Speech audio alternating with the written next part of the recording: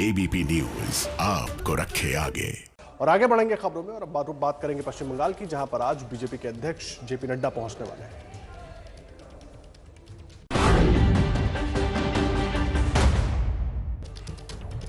पश्चिम बंगाल में आज दिन भर सियासी सरगर्मी तेज रहने वाली है।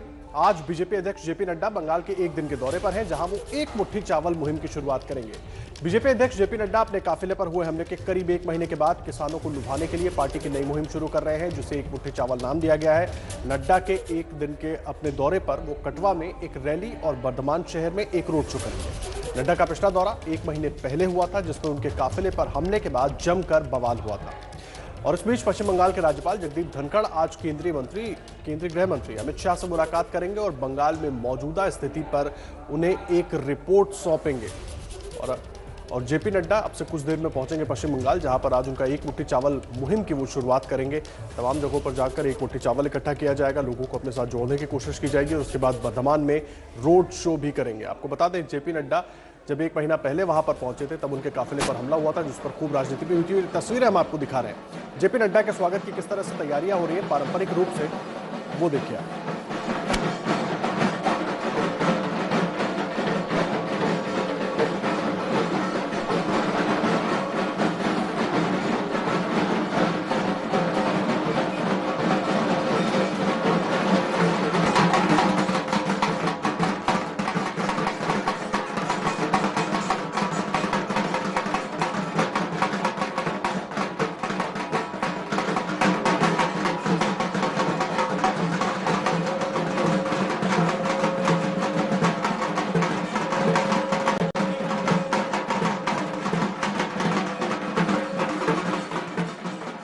हम इस समय वर्धमान के जगन्नाथपुर गांव में हैं, जहां पे आप मेरे पीछे देख सकते हैं राधा गोविंद मंदिर है। थोड़ी देर बाद भारतीय जनता पार्टी के राष्ट्रीय अध्यक्ष जेपी नड्डा यहां पहुंचेंगे, दर्शन करेंगे। लेकिन उससे पहले मैं आपको बता दूं कि यहां पे भारतीय जनता पार्टी के तमाम महिला मोर्चा की कार्यकर्ता और तमाम कार्यकर्ता यहां पे इकट्ठा हैं कि जब जेपी नड्डा यहां पहुंचेंगे उनके स्वागत के लिए।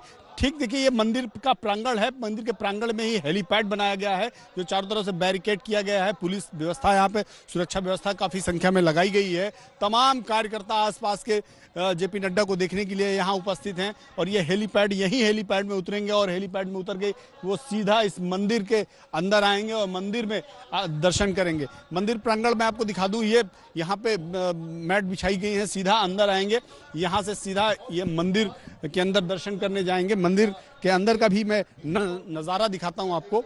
ये मंदिर चूंकि सजाया गया, बहुत ही प्राचीन मंदिर है, राधा गोविंद मंदिर। और मंदिर में सीधा जाएंगे, राधा गोविंद जी के दर्शन करेंगे और दर्शन करने के बाद यहाँ से निकलेंगे और गांव के ही दूसरे छोर में करीब 1-1.25 किलोमीटर की दूरी पर है, वहाँ पर जेपी नड्डा जी एक रैली को संबोधित करेंगे और इस रैली के साथ ही एक मुट्ठी चावल कार्यक्रम का भी शुभारंभ करेंगे। पश्चिम बंगाल में 24 जनवरी तक चलने वाला ये एक मुट्ठी चावल कार्यक्रम एक बहुत महत्वपूर्ण कार्यक्रम बताया जा रहा है, क्योंकि घर घर नॉक करना है, लोगों से मिलना है, डोर टू डोर कनेक्ट होकर 24 जनवरी तक ये प्रोग्राम चलाना है। दरअसल भारतीय जनता पार्टी का उद्देश्य है कि वो कम समय में, यानी आने वाले कुछ समय में ही बंगाल के एक एक गाँव तक पहुँच जाएं, ताकि लोगों से भारतीय जनता पार्टी की जो रीति नीति और भारतीय जनता पार्टी के जो संवाद है वो स्थापित किया जा सके। कैमरामैन कपिल मिश्रा के साथ नीरज पांडे, एबीपी न्यूज, वर्धमान। और सीधा इस वक्त रुख कर लेते हैं हमारे सहयोगी नीरज पांडे का। नीरज, मुझे एक बात बताइए, कब तक पहुंचेंगे अमित शाह और किस तरह की तैयारियां वहां पर आप देख रहे हैं? कुछ तस्वीरें भी हम दिखा भी रहे थे आपके रिपोर्ट में, लेकिन अब कितना वक्त लगेगा उनको वहां पर पहुंचने में? जी बिल्कुल आदर्श, मैं आपको बता दूं करीब 11:10 पहुंचने का कार्यक्रम है जेपी नड्डा का।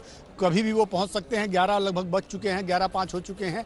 अगले 5 से 10 मिनट के अंदर माना जा रहा है कि जेपी नड्डा वर्धमान की सीमा में, वर्धमान की धरती पर पहुंच जाएंगे। हमारे साथ बात करने के लिए हैं राहुल सिन्हा, जो बंगाल भाजपा के बड़े नेता हैं, पूर्व राष्ट्रीय सचिव रहे हैं, और इनसे पूछते हैं कि आखिर ये प्रोग्राम जो एक मुट्ठी चावल जो बंगाल में कहा जाता है, हम लोग एक मुट्ठी कहते हैं, एक मुट्ठी चावल, बेसिकली एक मुट्ठी चावल प्रोग्राम का आशय क्या है राहुल जी?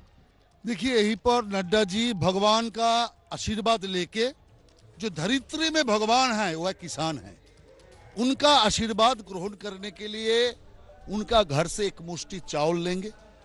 किसान से हम दान लेंगे, किसान दाता, हम ग्रहीता, और किसान का दान से यहीं पर मंडल में खिचड़ी पकेंगे। और उस खिचड़ी मंडल में हमारा सारे लोग प्रसाद का रूप में ग्रहण करेंगे। और 30 जनवरी जब हमारा राष्ट्रीय नेता केंद्रीय गृह मंत्री माननीय अमित शाह जी यहीं पर आएंगे, वो भी किसान का दान का जो प्रसाद उसका खिचड़ी ग्रहण करेंगे। इसलिए ममता बनर्जी किसान को अनादर किया, किसान सम्मान निधि का पैसा किसान तक पहुंचने नहीं दिया। अभी हाल ही में 3 दिन पहले राजी हुआ, लेकिन किसान का जो नुकसान हुआ, इतना जो किसान का जो सूद है, उस सूद का क्या होगा? पूरा देश का किसान को पैसा मिल गया, किसान उस पैसा को लगा दिया काम में, लेकिन बंगाल का किसान नहीं लगा पाया। उस सूद का पैसा ममता बनर्जी का खुद का जेब से देना चाहिए, भरपाई करना चाहिए। आदर्श, यहाँ पे आप देखिए किसानों, दरअसल ये जो पूरा कार्यक्रम है ये इसलिए है कि डोर टू डोर लोगों से कनेक्ट हुआ जाए, लोगों से मिला जाए। और आज जो ये कार्यक्रम की शुरुआत होगी, राहुल जी के बताए अनुसार ये अगले 24 तारीख तक तो संग्रहण कार्यक्रम चलेगा, यानी कि लोगों से दान लेने का कार्यक्रम चलेगा। और 30 तारीख को जब गृह मंत्री अमित शाह यहाँ पहुंचेंगे, बंगाल में उनका 30 और 31 2 दिन का कार्यक्रम है, तो उस दिन वो भी सहभोज में शामिल होंगे। यानी उस दान से लिए गए अनाज से जो खिचड़ी बनेगी, जो भोज बनेगा, प्रसाद बनेगा, वो खुद गृह मंत्री बैठ के लोगों के साथ उसको ग्रहण करेंगे। तो आपको और भी चीजें दिखा दे, क्योंकि यहाँ पे महिला कार्यकर्ता, पदाधिकारी सब लोग यहाँ इकट्ठा हैं। दरअसल जेपी नड्डा पहुंचने वाले हैं और ये हेलीपैड है। हेलीपैड तो मैं पहले भी दिखा चुका हूँ, और हेलीपैड चूंकि के पास ही ये मंदिर है, तो सबसे पहले वो आएंगे यहाँ पे, हेलीपैड पे उतरेंगे, मंदिर का दर्शन करेंगे। ये महिला कार्यकर्ता जो आप दिखाई पड़ रहे हैं, आप ये हमारे कैमरा स्क्रीन पे, वो ये सारे लोग फूल मालाओं के साथ उनका स्वागत करेंगे। और स्वागत करने के बाद यहीं से 1 किलोमीटर की दूरी पर एक बड़ी रैली को संबोधित करेंगे। आदर्श, यहाँ ये बताना बहुत जरूरी है कि जेपी नड्डा पिछली बार यानी कि 9 दिसंबर को आए थे। 9 दिसंबर को जब वो आए थे तो डायमंड हार्बर जाते समय उनके काफिले पर एक बड़ा हमला हुआ था, पत्थरबाजी हुई थी, जिससे उनकी गाड़ी तो चूंकि बुलेट प्रूफ थी बच गई थी, लेकिन बाकी लोगों की गाड़ियां टूट गई थी। उसमें कुछ पत्रकारों की गाड़ियां भी टूटी थी, हमारी भी गाड़ियां टूटी थी।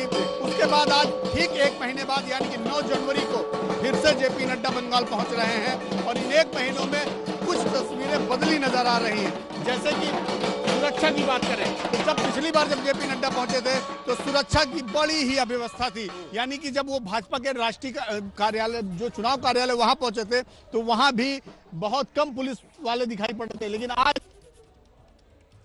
नीरज पांडे हमारे सहयोगी वर्धमान से लगातार तस्वीरें दिखा रहे हैं। नीरज का रुख करेंगे, और इस बीच देखिए हमारे साथ 2 खास मेहमान भी जुड़ गए हैं। हमारे साथ सोमनाथ सिंह रॉय साहब जुड़ गए हैं, टीएमसी समर्थक हैं, और प्रदीप सिंह जी हमारे साथ जुड़े हुए हैं, जनसत्ता मुंबई के पूर्व संपादक। आप दोनों का बहुत स्वागत है। नीरज का भी रुख करेंगे, उनसे भी लगातार अपडेट लेते रहेंगे।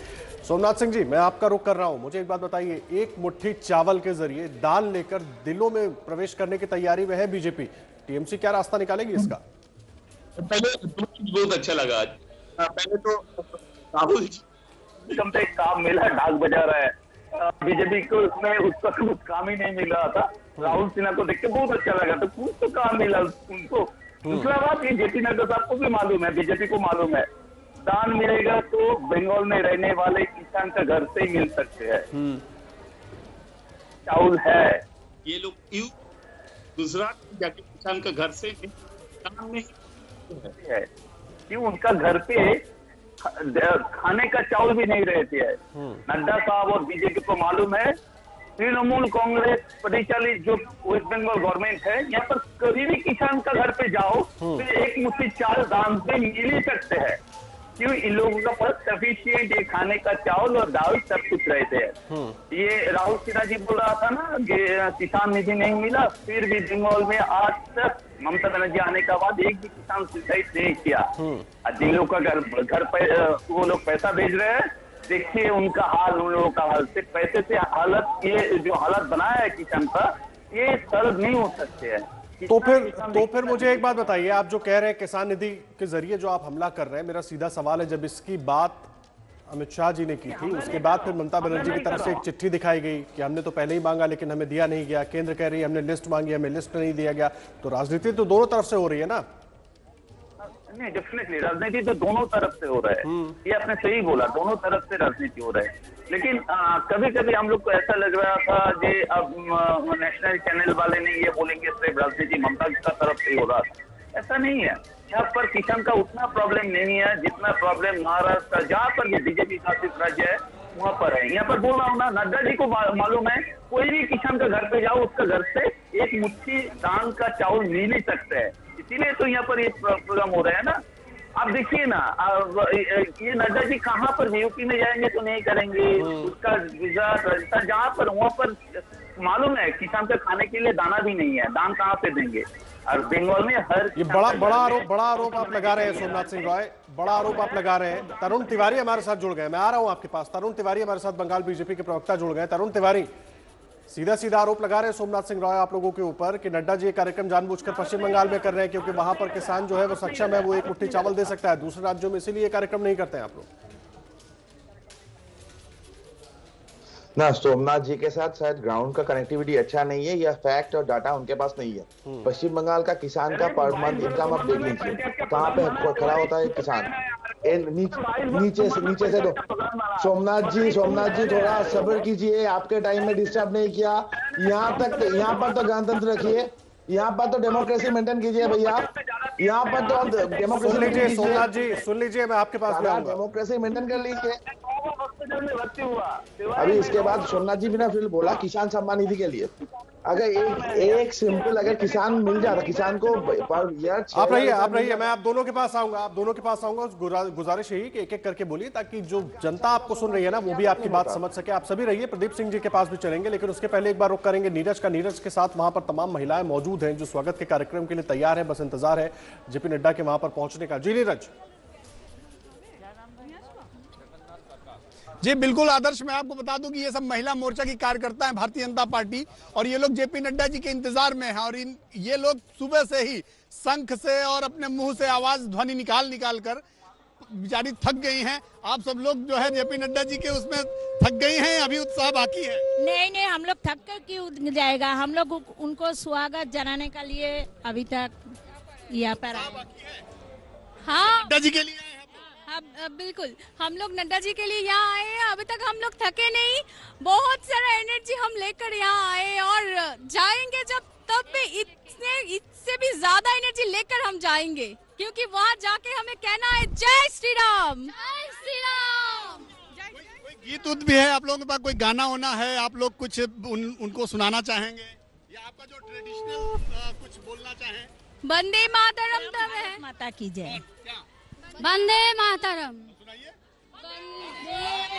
वंदे मातरम, वंदे मातरम, सुजलां सुफलां मलयज शीतलम, शस्य श्यामलां मातरम, वंदे मातरम, शुभ्रो ज्योत्स्ना पुलकितयामिनी, शुल्लोरु कुसुमितो शोभिनी, सुभाषिनी शुभप्रकाशिनी, सुखदं वरदं मातरम, वंदे मातरम, वंदे मातरम, वंदे मातरम, भारत माता की जय, भारत माता की जय। आदर्श आप देख सकते हैं जिस तरह से भारत माँ के जयकारा और जय श्री राम के जयकारे लग रहे हैं, उससे इन महिलाओं का, इन कार्यकर्ताओं का उत्साह बहुत हाई है। और एक सबसे बड़ी बात आदर्श यहाँ देखने को मिली बंगाल इलेक्शन में, मैं पिछले कई जी नीरज मैं आऊंगा आपके पास, जाहिर सी बात है बहुत उत्साहित दिख रहे हैं तमाम कार्यकर्ता और इंतजार जेपी नड्डा का है जो अब से कुछ ही देर में वहां पर पहुंचेंगे। तमाम खास मेहमान भी जुड़े हुए हैं, उनसे भी चर्चा जारी रहेगी। और हमारे साथ तमाम मेहमान जुड़े हुए हैं, पश्चिम बंगाल में पहुंचने वाले हैं जेपी नड्डा कुछ ही देर में वर्धमान में, जहां पर उनका इंतजार हो रहा है। तमाम खास मेहमान हमारे साथ जुड़े हैं। ब्रेक से पहले आपने बीजेपी प्रवक्ता और टीएमसी समर्थक दोनों को सुना। प्रदीप सिंह जी हमारे साथ लगातार जुड़े हुए हैं, मुंबई जनसत्ता के पूर्व संपादक। प्रदीप सिंह जी, मैं आपके पास आ रहा हूँ। असहयोग आंदोलन के दौरान जो एक मुठिया प्रथा थी ना, उसी के तर्ज पर ये कुछ एक मुट्ठी चावल लग रहा है। क्या इसी के जरिए बीजेपी बंगाल में सत्ता की जो सीढ़ियां हैं वो चढ़ पाएगी?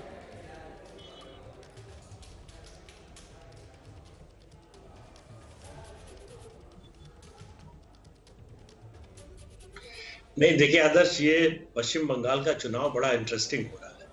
ये मुद्दों पर लड़ा जा रहा है। सबसे अच्छी बात ये है, सिर्फ खोखले नारों पर लड़ाई नहीं हो रही है, जमीनी मुद्दों पर लड़ाई हो रही है। एक बात।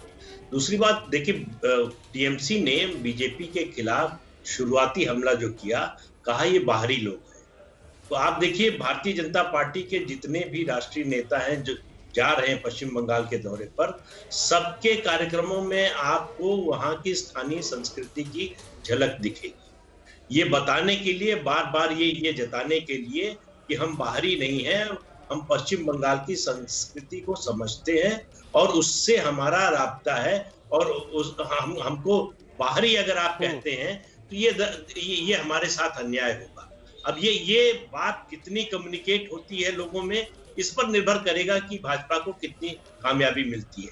दूसरा मुद्दा था किसानों की सम्मान निधि का मामला। पिछले 1.5-2 साल से ये मुद्दा लटका हुआ था। तृणमूल कांग्रेस लगातार ये कह रही थी कि केंद्र हमको पैसा दे दे, हम बांटेंगे। लेकिन सभी राज्यों में देश के जो केंद्रीय ये योजना थी, उसमें ये था कि केंद्र लाभार्थियों की सूची, राज्य लाभार्थियों की सूची केंद्र को देंगे, केंद्र उनके अकाउंट में सीधे पैसा भेजेंगे। ये लेकिन जिस तरह से हमलावर हुई इस मुद्दे पर भाजपा, हमको लगता है ममता बनर्जी को ये लगा इससे नुकसान हो सकता है, तो उन्होंने जिद पर अड़े रहने की बजाय कदम पीछे खींचा और इसके लिए तैयार हो गई। तो ये मुझे लगता है कि चुनाव दरअसल इसी तरह से होने चाहिए कि उसमें जो है हठधर्मिता न दिखे, उसमें मुद्दों के प्रति संवेदनशीलता दिखे। दोनों पक्ष एक दूसरे पर आरोप लगाएंगे, हमले करेंगे, वो बड़ी स्वाभाविक बात है चुनाव के दौरान।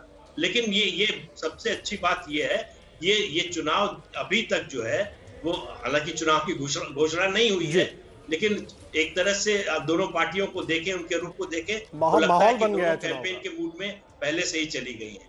तो मुद्दों पर बात हो, मुद्दों पर सवाल जवाब हो, वार प्रतिवार हो, तो वो अच्छी बात है। बिल्कुल ठीक है, बात मुद्दों पर हो तो वो ज्यादा बेहतर है और उसी से जनता का ज्यादा फायदा भी है। सोमनाथ सिंह रॉय, मैं आपके पास आ रहा हूं। मुद्दों पर बात हो रही है तो फिर क्यों टीएमसी को इतनी दिक्कत हो रही है? चुनाव में उतरिए ना, आपकी सरकार रही है, मुद्दों पर बात कीजिए। तो इस तरह के हमला, जो इस तरह के बयानबाजियां हो रही हैं, ये सब क्यों हो रहा है? क्या बात कर रहे हैं? नहीं, बाहरी बात कर रहे हैं, ये तो हमको पास से सीखा है। आप देखिए, आपका लोग खतरा से गया था, लोग घुस पाया था वहां पर, कोई पाया था वो बाहरी लेकर हमारा तरुण तिवारी, मैं आपके पास भी आ रहा हूं। सोमनाथ सिंह रॉय, आपका जो ऑडियो है वो हम तक ठीक नहीं पहुंच रहा है, दर्शकों तक ठीक नहीं पहुंच रहा है, उसको हम टेक्निकल टीम के जरिए ठीक करवाने की कोशिश करते हैं। एक छोटे से ब्रेक के लिए रुक रहे हैं, तुरंत लौट कर आते हैं। सभी खास मेहमान हमारे साथ जुड़े हुए हैं और लौट कर आएंगे, फिर से रुक करेंगे पश्चिम बंगाल का, जहां पर बीजेपी के अध्यक्ष जेपी नड्डा पहुंचने वाले हैं, वहां से भी तस्वीरें आपको दिखाएंगे। नमस्कार, स्वागत है आपका एबीपी न्यूज पर। आपके साथ मैं हूं आदर्श झा। खबर पश्चिम बंगाल से, बीजेपी अध्यक्ष जेपी नड्डा कुछ ही देर में बर्धमान जिले के जगदानंद गांव में पहुंचने वाले हैं। यहीं पर पहले वो मंदिर में दर्शन करेंगे और फिर रैली करेंगे। चलते हैं नीरज पांडे के पास। नीरज पांडे हमारे साथ, हमारे सहयोगी लगातार जुड़े हुए हैं, जहां पर जेपी नड्डा जगदानंद गांव में ही आज एक मुट्ठी चावल अभियान की शुरुआत भी करेंगे और अब से कुछ ही देर में वहां पर पहुंचने वाले हैं। थोड़ी देर में बर्धमान के जगदानंदपुर गांव पहुंचेंगे, जहां पर नीरज पांडे हमारे साथ, हमारे सहयोगी लगातार जुड़े हुए हैं। नीरज, कितना वक्त लगेगा जेपी नड्डा को पहुंचने के लिए? बिल्कुल, मैं आपको बता दूं आदर्श, उनके आने का समय तो हो गया है, कुछ देर हो रही, माना जा रहा है कि अगले कुछ मिनट में यहाँ पहुँच जाएंगे। यहाँ पे सारी तैयारियां हो चुकी हैं, कार्यकर्ता और जो उनके पदाधिकारी हैं सारे लोग आ चुके हैं। सब लोग इस इंतजार में हैं कि अब कब जेपी नड्डा यहाँ पहुँचे। क्योंकि मैं इस समय जगदानंदपुर गाँव में जो राधा मोहन मंदिर है मेरे पीछे है, मैं वहीं पर हूँ, यहीं उनको दर्शन करना है और इसी के प्रांगण में ये हेलीपैड बनाया गया है, जहाँ पे एक भारी सुरक्षा इंतजाम के साथ उनको यहाँ उतारना है। यहाँ उतरेंगे, उतरने के बाद यहाँ दर्शन करेंगे और दर्शन करने के बाद पास में ही मुस्तली गांव है, जो जगदानंदपुर और मुस्तली गांव के बीच का एक जगह है जो मुस्तली गांव में पड़ता है, वो उस कार्यक्रम को संबोधित करेंगे वहां, यानी कि रैली संबोधित करेंगे। रैली संबोधित के बाद मुस्तली गांव में ही वो एक 5 परिवारों के घर जाएंगे, जहां पे वो अनाज दान में लेंगे। उसके बाद उनके साथ भोज करेंगे। मथुरा मंडल नाम के जो एक किसान हैं उनके घर में खाना खाएंगे और खाना खाने के बाद वो सीधा यहाँ से रवाना हो जाएंगे। लेकिन फिलहाल तैयारियां पूरी हो चुकी है। मैं कुछ दृश्य भी दिखाता हूँ, अपने कैमरामैन कपिल से कहूंगा कि थोड़ा सा वो यहाँ की तैयारियां भी दिखाएं। ये देखिए यहाँ पे हेलीपैड जो बनाया गया, चारों तरफ पुलिस की अच्छी खासी व्यवस्था की गई है। ये इससे पहले बहुत कम देखने को मिलता था, क्योंकि जब भी इससे पहले पिछली 9 दिसंबर को जब जेपी नड्डा आए थे तो उस समय भी सुरक्षा के इंतजाम बहुत अच्छे नहीं थे। लेकिन इस बार सुरक्षा के भारी इंतजाम किए गए हैं, जगह जगह पुलिस व्यवस्था लगाई गई है। इसके अलावा कार्यकर्ताओं में एक भारी उत्साह है। आपको दिखाएं, हमने पहले भी दिखाया और अब भी दिखा रहे हैं। ये देखिए किस तरह से महिला कार्यकर्ता हैं जो लगातार यहाँ पे ढोल नगाड़े के साथ और शंखों के साथ यहाँ पे स्वागत की तैयारी कर रही हैं। इंतजार में है कि कब जेपी नड्डा यहाँ पहुँचे और वो उनका स्वागत करें। तो यहाँ पे तैयारियाँ लगभग पूरी हो गई है। नेता देखिए यहाँ महिला कार्यकर्ताओं नेताजी बजाने में लगे हैं, नेताजी बजा रहे हैं। और देखिए लगातार यहाँ पे महिला कार्यकर्ता भारतीय जनता पार्टी के लोग इस इंतजार में है कि कब यहाँ पे जेपी नड्डा पहुंचे और उनका स्वागत किया जाए। लेकिन फिलहाल ये मंदिर है, मंदिर प्रांगण है, तैयारी पूरी हो चुकी है। पुलिस व्यवस्था यहाँ बड़ी संख्या में लगी है। सब लोग यहाँ पर इंतजार है तो सिर्फ जेपी नड्डा के पहुंचने का, और माना जा रहा है कुछ ही मिनट में जेपी नड्डा यहाँ पहुंच सकते हैं। जी आदर्श। जी नीरज, अहम जानकारी आप दे रहे हैं, आप रहे हमारे साथ, तस्वीरें भी अपने दर्शकों को लगातार हम दिखा रहे हैं। नीरज पांडे हमारे साथ, हमारे सहयोगी वहां से जुड़े हुए हैं, तमाम खास मेहमान भी जुड़े हुए हैं। नीरज, लेकिन मेरा एक बड़ा छोटा सा सवाल है आपसे, मैं ये जानना चाहता हूँ, एक तरफ दिल्ली बॉर्डर पर किसान बैठे हुए हैं और पश्चिम बंगाल की मैं बात कर रहा हूँ, जेपी नड्डा वहां से किसानों को अपने साथ जोड़ने के लिए आज ये अभियान शुरू कर रहे हैं। कैसे जोड़ पाएंगे, क्या कुछ कहेंगे? क्योंकि जब वो रैली को संबोधित करेंगे तो जाहिर सी बात है कृषि कानून पर भी बात करेंगे। जी बिल्कुल आदर्श, मैं आपको बता दूं कि जेपी नड्डा के इंतजाम बहुत सारे लोग हैं, लेकिन सबसे बड़ा जो यहाँ मुद्दा है वो किसानों का मुद्दा है। किस तरह से, क्योंकि अभी राहुल सिन्हा से मैं बात कर रहा था तो वो भी यही कह रहे थे कि किसानों को जो भारत सरकार की तरफ से किसान निधि मिलती है वो पश्चिम बंगाल में लागू नहीं थी। अभी थोड़े दिन पहले ही नोटिफिकेशन हुआ है राज्य सरकार का, ताकि अब किसानों को जो डायरेक्ट बेनिफिट स्कीम के तहत किसानों को सीधे उनके खाते में पैसा दिए जाने की जो स्कीम है वो अभी तक यहाँ पे लागू नहीं थी। तो इसीलिए भारतीय जनता पार्टी ने ये प्रोग्राम की शुरुआत की। और पूरा जो मेरा अपना मानना है कि भारतीय जनता पार्टी के राष्ट्रीय अध्यक्ष का जो केंद्र बिंदु होगा वो किसान ही होगा। और चूंकि आज किसानों से रिलेटेड कार्यक्रम भी शुरू कर रहे हैं, तो आज जब वो रैली को संबोधित कर रहे होंगे तो ये इस मुद्दे को वो उठाएंगे कि बंगाल में अब तक किसानों को जो किसान निधि है, जो भारत सरकार की तरफ से किसान निधि डायरेक्ट उनके खाते में दी जाती रही है, अन्य राज्यों में पहले से लागू है, अन्य राज्यों के किसानों को मिल रही है, वो बंगाल के किसानों को क्यों नहीं मिल रही?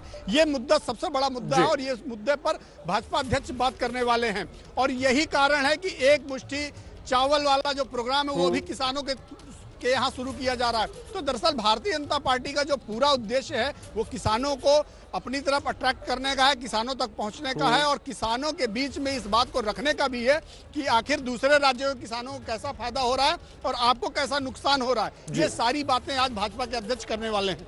जी आदर्श। जी नीरज, आप रहे हैं हमारे साथ। नीरज लगातार पूरी जानकारी दे रहे हैं और जेपी नड्डा किसी भी वक्त अब वहां पर पहुंचने वाले हैं, वो तस्वीरें भी आपको दिखाएंगे। तमाम खास मेहमान हमारे साथ मौजूद हैं, सोमनाथ सिंह रॉय, तरुण तिवारी, प्रदीप सिंह जी, सभी हमारे साथ मौजूद हैं। सोमनाथ सिंह रॉय, मैं आपके पास आ रहा हूं। मेरा बड़ा सीधा सा सवाल है, आप एक मुट्ठी चावल पर सवाल उठा रहे हैं जो अभियान है बीजेपी का, लेकिन किसानों की तो आप लोगों ने भी नहीं सुनी। जो केंद्र की तरफ से सम्मान निधि दी गई वो पहुंचने नहीं दिया आप लोगों ने। जब इस पर राजनीति तेज हो गई तो आनंद फानन में नोटिफाई कर दिया। कैसे इसको आप समझाएंगे लोगों को जरा? अगर जिन लोगों को किसान निधि मिला ना, वो लाखों किसान दिल्ली का बॉर्डर में अभी बैठा है। 40 से ज्यादा किसान शहीद हो गया। जिसका किसान निधि मिला ना, वो दूसरा स्टेट में वो लोग सुसाइड कर रहे हैं। और जिन लोगों को किसान निधि नहीं मिला, ममता बनर्जी का टाइम में, उन लोगों का इनकम 3 टाइम्स ज्यादा हुआ, 3 टाइम्स ज्यादा। ये मैंने नहीं बोल रहा हूँ, ये आप लोगों का जो हिसाब है वही बोल रहा है।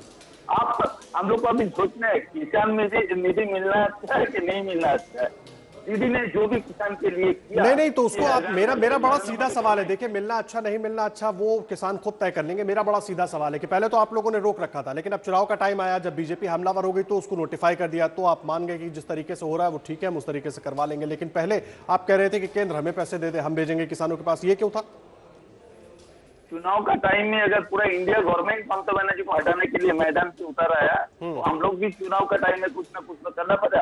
लेकिन यहाँ पर किसान सेंट्रल गवर्नमेंट का कुछ हेल्प से पहले यहाँ पर उसका इनकम 3 टाइम्स ज्यादा हुआ। ये ममता बनर्जी का टाइम है। अगर ममता बनर्जी जो यहाँ पर किया वो नरेंद्र मोदी ने फॉलो करते हैं तो किसान का आय 3 गुण ज्यादा पूरा देश में होता है उसका। ये 5,000 6,000 का जरूरत नहीं पड़ता।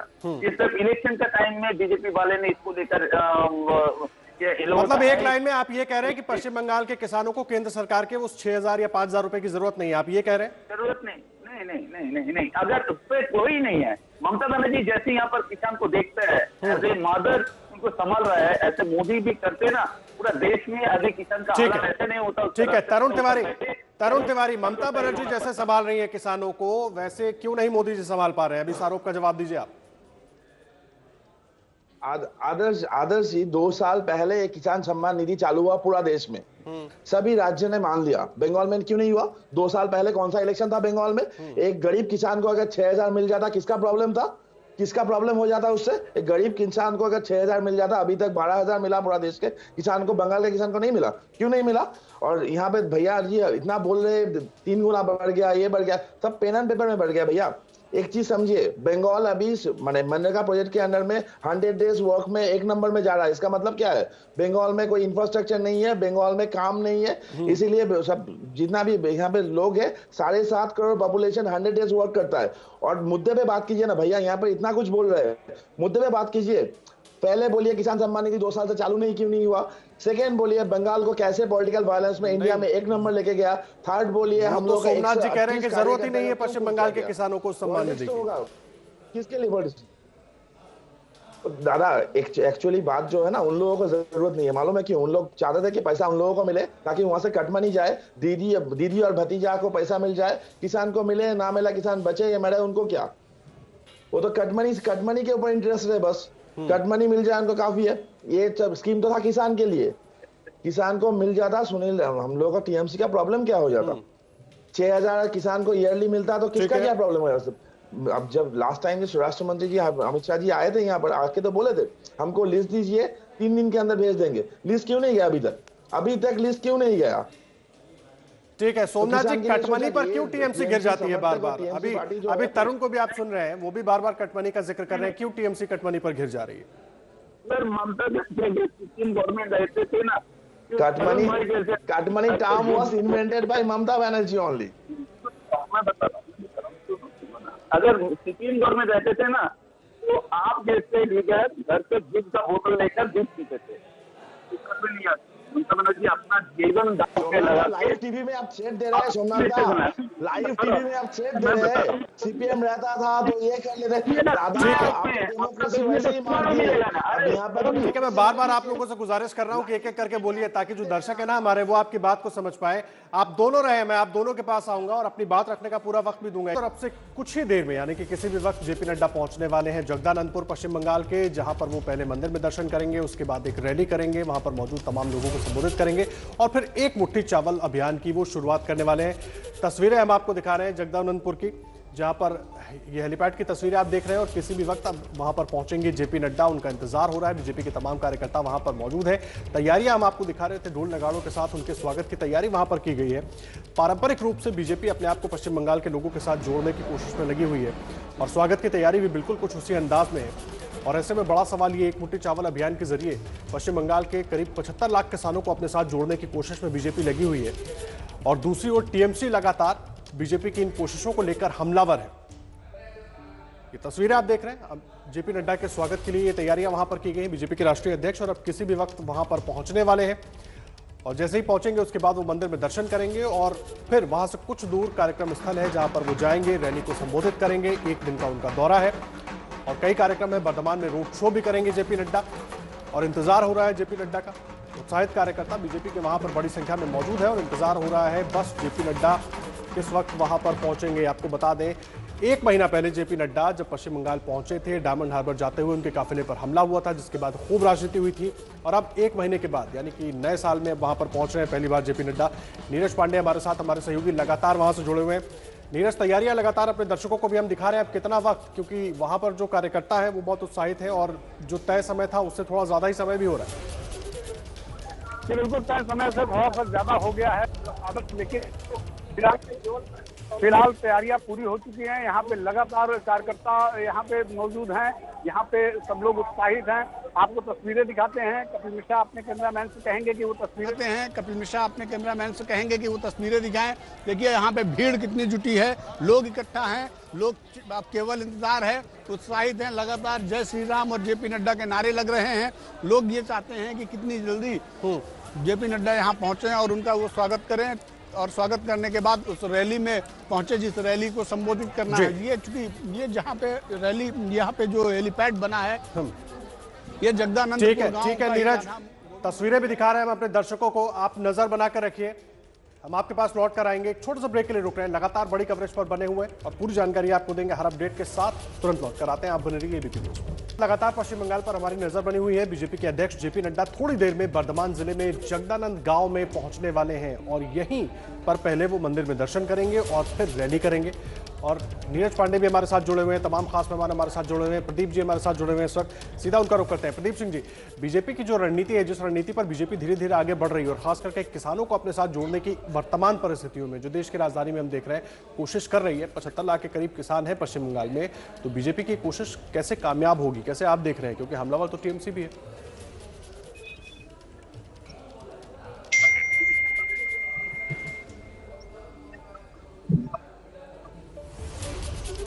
तो निश्चित रूप से देखिए, ये लड़ाई कोई बहुत आसान नहीं होने वाली बीजेपी के लिए। ममता बनर्जी एक फाइटर है, वो आज जो भी है वो अपनी मेहनत, अपने संघर्ष के बल पर यहाँ तक पहुंची है। तो भारतीय जनता पार्टी के लिए ये लड़ाई जो है कई राज्यों की तुलना में इतनी आसान नहीं होने वाली। लेकिन एक बात निश्चित है कि अब पश्चिम बंगाल में ये बात बिल्कुल स्पष्ट हो गई है। 30, 60, 63 साल तक राज करने वाली दो पार्टियां, कांग्रेस और सीपीएम, दोनों इस चुनाव की रेस से बाहर हो गई। वो पांचवें सवार की स्थिति उनकी हो गई है, वो हाशिए की पार्टी हो गई। ये लड़ाई मुख्य तौर पर जो है टीएमसी और बीजेपी के बीच में हो। बीजेपी ने एक कमजोर नस पहचानी टीएमसी की, वो है किसान सम्मान निधि की योजना जो केंद्र सरकार की है। ममता बनर्जी के पास इस बात का कोई वाजिब तर्क नहीं है कि क्यों पश्चिम बंगाल के किसानों को ये सम्मान निधि नहीं मिलनी चाहिए। अभी जो टीएमसी के समर्थक बात कर रहे थे, वो परस्पर विरोधी बात कर रहे थे। वो ये भी कह रहे थे कि पश्चिम बंगाल का किसान बहुत समृद्ध है, यहाँ किसान आत्महत्या नहीं करता। अब मान लेते हैं कि ये सब सही बात है, तो उनका तर्क का निष्कर्ष ये था कि फिर उनको जरूरत नहीं है किसानों को इस सम्मान निधि की, तो फिर ममता बनर्जी क्यों तैयार हुई है? अगर जरूरत नहीं थी, ये ममता बनर्जी जो है वो 24/7 पॉलिटिशियन है, धरती से जुड़ी हुई नेता है। उनको मालूम है कि इस चुनाव में इस मुद्दे को बीजेपी जिस तरह से उठा रही है उसका नुकसान हो सकता है, इसलिए उन्होंने अपना स्टैंड बदला। इस समय जाके जो है फिर से जो है डीबीटी को नोटिफाई किया है, तो ये एक स्टेप पीछे गई है ममता बनर्जी। ये टीएमसी के लिए बहुत अच्छी बात नहीं है कि बीजेपी हमला करे और वो पीछे जाए। आप देखिए कि अमित शाह की रैली हुई, वहां फिर रैली करने के लिए ममता बनर्जी गई। आज जेपी नड्डा की वर्तमान में रैली होने जा रही है, वहां प्रेस कॉन्फ्रेंस टीएमसी करने जा रही है। तो ये कंपटीशन तो अच्छा है। प्रदीप जी, मैं आ रहा हूं आपके पास। एक बार अपने सहयोगी नीरज पांडे का रुख कर लेते हैं। नीरज लगातार मौजूद है बर्धमान से, पूरी जानकारी दे रहे हैं जगदानंदपुर से। जी नीरज, ताजा अपडेट। जी बिल्कुल, ताज़ा अपडेट ये है कि यहाँ पे कैलाश विजयवर्गीय पहुँच गए हैं। कैलाश विजयवर्गीय जो बंगाल के प्रभारी हैं, आपको दिखाते हैं अपने साथ कैमरा मैन कपिल के जरिए। ये मंदिर, चूंकि मंदिर में दर्शन करने कैलाश जी पहुँचे हैं, चूँकि अब ये लग रहा है कि कुछ ही पल में यहाँ पे उतरने वाले हैं, उनका हेलीकॉप्टर उतरने वाला है। उनको रिसीव करने के लिए यहाँ कैलाश विजयवर्गीय जी पहुँचे हैं। अंदर ये मंदिर, चूँकि मंदिर प्रांगण के अंदर ही वो दर्शन कर रहे हैं राधा गोविंद जी का, और राधा गोविंद जी का दर्शन करने के बाद वो बाहर निकलेंगे।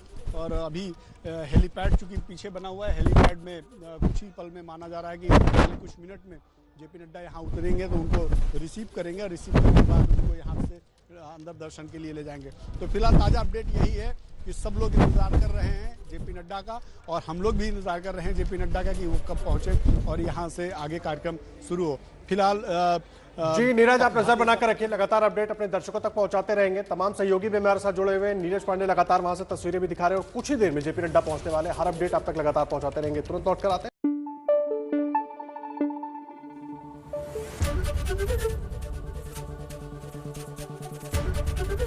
एबीपी न्यूज आपको रखे आगे।